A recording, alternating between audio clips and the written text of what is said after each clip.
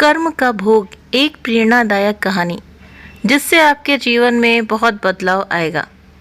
एक समय की बात है, एक शहर में एक नेता था।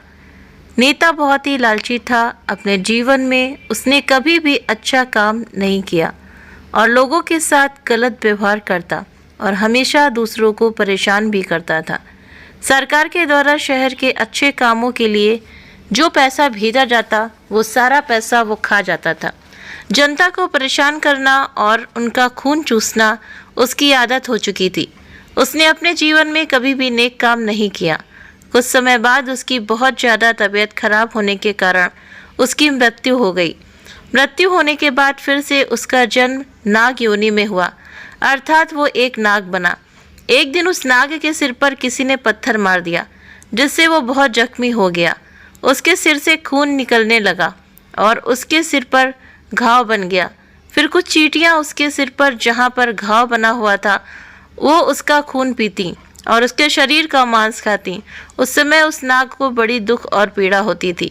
वो अपने सिर को बहुत झटकता ताकि चींटियां भाग जाएं, लेकिन जितना ज़्यादा वो अपने सिर को झटकता उससे और ही ज़्यादा चींटियां उसके सिर पर आ जाती थीं और उस नाग का खून चूसती और उसका मांस खाती थी। उसके शरीर में सिर्फ जान नहीं निकल रही थी, बाकी सारी दुर्गति उसके साथ हो रही थी।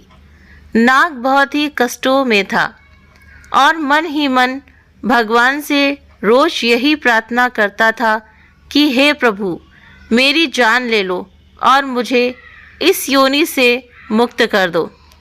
एक दिन उसी रास्ते से एक साधु गुजर रहा था। उस साधु को देखकर उस नाग ने साधु को प्रणाम किया। साधु ने उसकी दुर्दशा देखी, जिससे उस साधु का हृदय पिघल गया। उस नाग ने साधु से प्रार्थना की, हे साधु महाराज, वहीं एक पत्थर पड़ा हुआ है, उस पत्थर को चलाकर मुझे मार दो। वो नाग इस तरह से प्रार्थना कर रहा है कि इस पत्थर से मुझे मार दो, जिससे मुझे मृत्यु मिल जाएगी। मृत्यु के बाद मुझे ये कष्ट तो नहीं भोगना पड़ेगा। उस साधु ने नाग से कहा कि मैं मार तो दूंगा तुम्हें, तो इस योनि से मुक्ति तो मिल जाएगी, लेकिन नाग हत्या का पाप मेरे सिर पर आ जाएगा, इसलिए मैं यह काम बिल्कुल भी नहीं करूँगा। तब उस नाग ने साधु महाराज से कहा कि ऐसा मैंने कौन सा पाप किया था जिससे मुझे कष्ट भोगना पड़ा था। तब साधु महाराज ने कहा कि पिछले जन्म में तुम एक नेता थे और सरकार के द्वारा जो भी पैसा जनता के लिए भेजा था वो सारा पैसा तुम ही रख लेते थे और जनता की भलाई के लिए तुमने कभी भी एक नेक काम नहीं किया।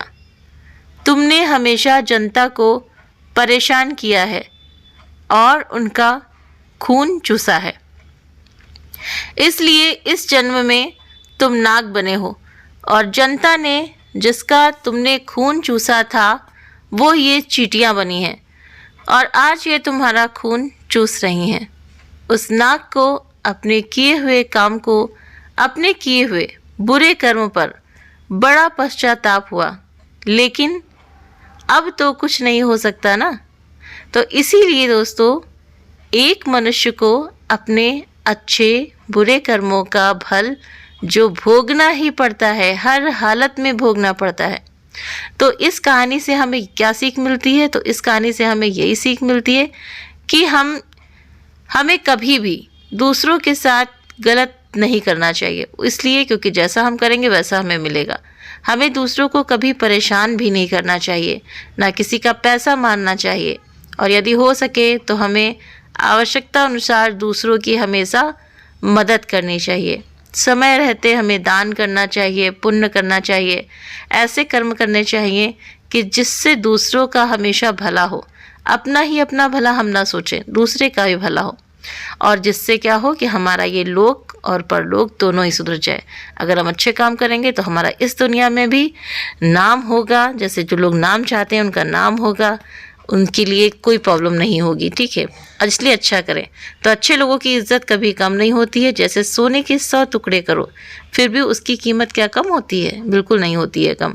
सोने का अगर सिक्का है या सोने का कोई चेन है या टॉप से आपका कोई भी सोने का सामान है, अगर वो गटर में भी गिर जाए ना तो उसकी कीमत कभी कम नहीं होती है।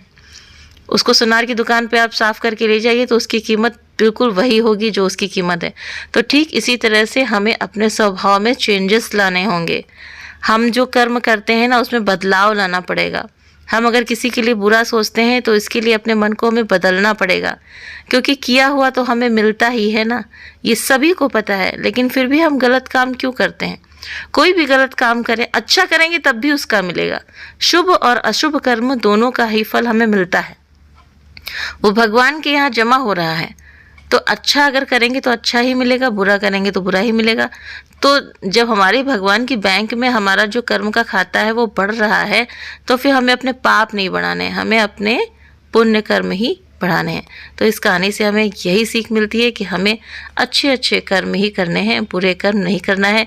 सबकी भलाई करनी है यथासंभव हो सके। आप देखिए, अगर किसी को किसी की मदद की ज़रूरत है और भगवान ने आपको इस लायक बनाया है, ये सोचिए हमेशा कि भगवान ने आपको इस लायक इसलिए बनाया है। अगर आपके पास पैसा है तो आप अपनी किस्मत को सराहिए कि भगवान ने आपको पैसा दिया है। तो उस पैसे को खुद न खाइए, सब में बांटिए।